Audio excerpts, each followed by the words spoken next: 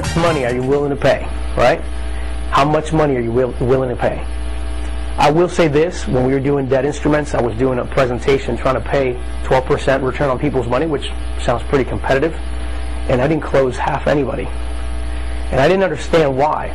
But what I started realizing is sometimes when you get too aggressive, you actually raise flags.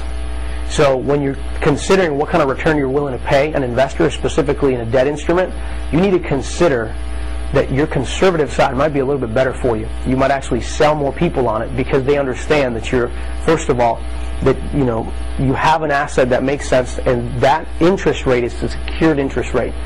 It's almost like this. When you go to the bank, you're going to get the least amount of interest, right? You guys know that. Right now, what's a CD right now might be at less than 2% right now. Why? Because what they're offering you is security. That's really what you're doing. You're putting a CD, you're putting money in a bank because they're insured. And so therefore they can pay you less than 2%, which means you're actually losing money, by the way, because inflation is about 3% per year.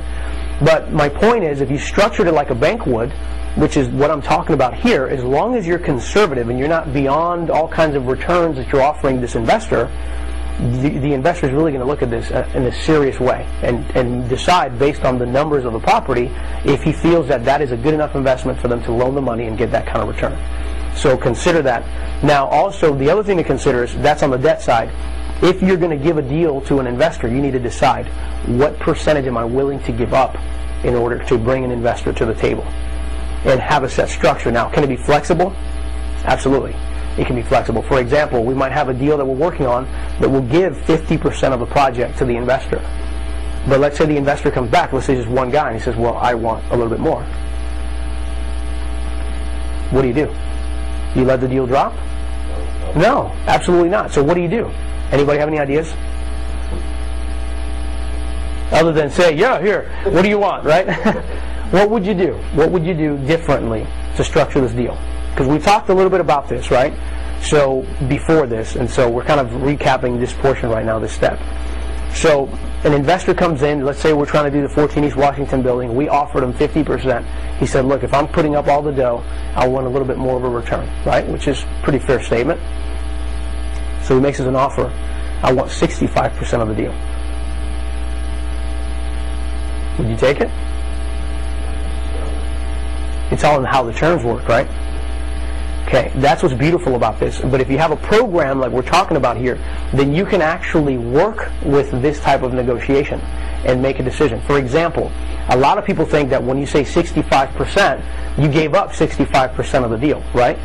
However, there's letters, when you actually do the LLC agreement and you break down the actual operating agreement, you can set it up. And we're going to talk a lot more about this tomorrow, so it'll really start popping. But I want to give you some insight to it. I could literally go to the investor and say, that's not a problem. Here's what we'll do. We will break it down so the distribution of the LLC will be 65% to you. The remaining goes to us until we have reached where you've received 45% of the capital that you've invested. Once that happens, then we're going to switch the distribution now to 50-50.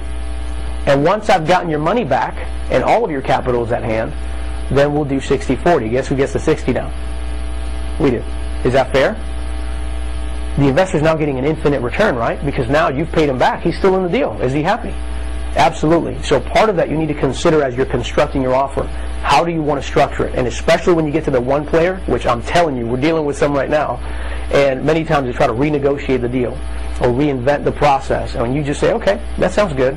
So that will be the distribution that you receive until you receive X amount of your money back. Once that happens, and we'll shift into a whole new year.